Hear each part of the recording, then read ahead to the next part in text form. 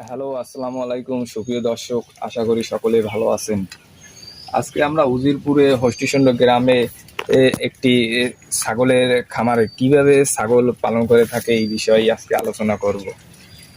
দেশি জাতের ছাগল কিভাবে পালন করে, কি কি খাবার দেওয়া দরকার, কিভাবে ফার্ম তৈরি করে, এই বিষয় নিয়েই আজকের আলোচনা।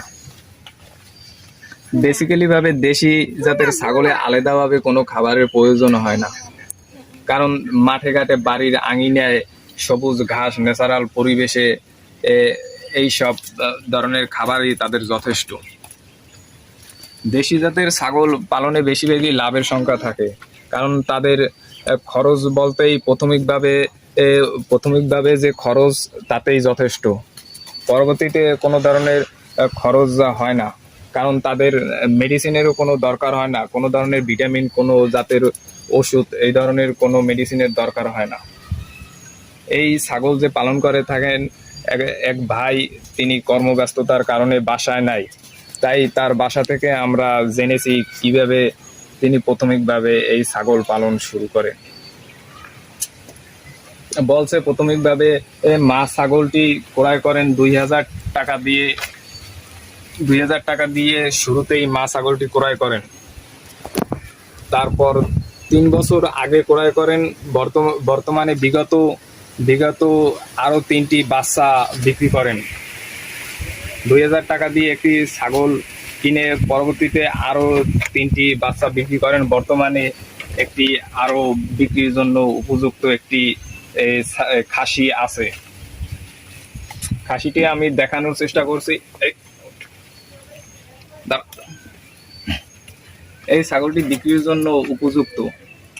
ক্রেতারা নাকি 12,000 টাকা বলছে, তার থেকে আরো কিছু বেশি হলে নাকি বিক্রি করবেন। এভাবে বাসা বাড়িতে যদি খোলামেলা পরিবেশ থাকে, আপনারা নিজেরাই একটি খামার দিয়ে স্বাবলম্বী হতে পারবেন। বেকারত্ব ভাবে কেউ যদি থাকেন, এইভাবে নিজেরাই অল্প পুঁজি খরচ করে এভাবে একটি খামার দিতে পারেন। এদের প্রতিদিন কাঁচা ঘাস, সবুজ ঘাসই যথেষ্ট, কারণ এদের ঘাসই খাওয়ানো দরকার, তাছাড়া কোনো পানি খাওয়ানোর দরকার হয় না। তারপরও আপনি যদি পানি পানি খাওয়াতে চান, যেমন ভুসি বা আলাদা যদি কোনো খাবার যদি খাওয়াতে চান, সেটাও পারেন। যদি বাহিরের যদি সবুজ ঘাস যদি খাওয়ানো হয়, এটাই এদের জন্য ভালো। এটাই বছরে 6 মাস অন্তর বাচ্চা দেয়।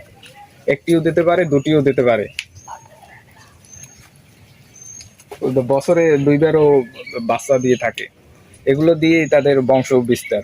মা ছাগলের ক্ষেত্রে বেশিরভাগই কি লাভের সংখ্যাটাই দেখা যায়, কারণ মা ছাগল দিয়েই পরবর্তীতে যখন বাচ্চা দেয়, একটি বা দুটি বাচ্চা দিলে এই দিয়েই খামার কিন্তু অনেক ভরে যায়। তাই এই ধরনের কেউ যদি খামার দিতে পারেন, যদি সেই ধরনের কোনো পরিবেশ থাকে, তাহলে তারা অবশ্যই স্বাবলম্বী হতে পারবেন। ভিডিওতে জানলেন কিভাবে দেশি জাতের ছাগল পালন করতে হয়। আপনারা যারা এই ধরনের ছাগল পালন করতে চান, তারা বাড়িতে যদি এই ধরনের এই পরিবেশ থাকে, তারা অবশ্যই এ ধরনের পালন করতে পারবেন। অবশ্যই এই ধরনের ভিডিও পেতে হলে আমার চ্যানেলটি সাবস্ক্রাইব করুন।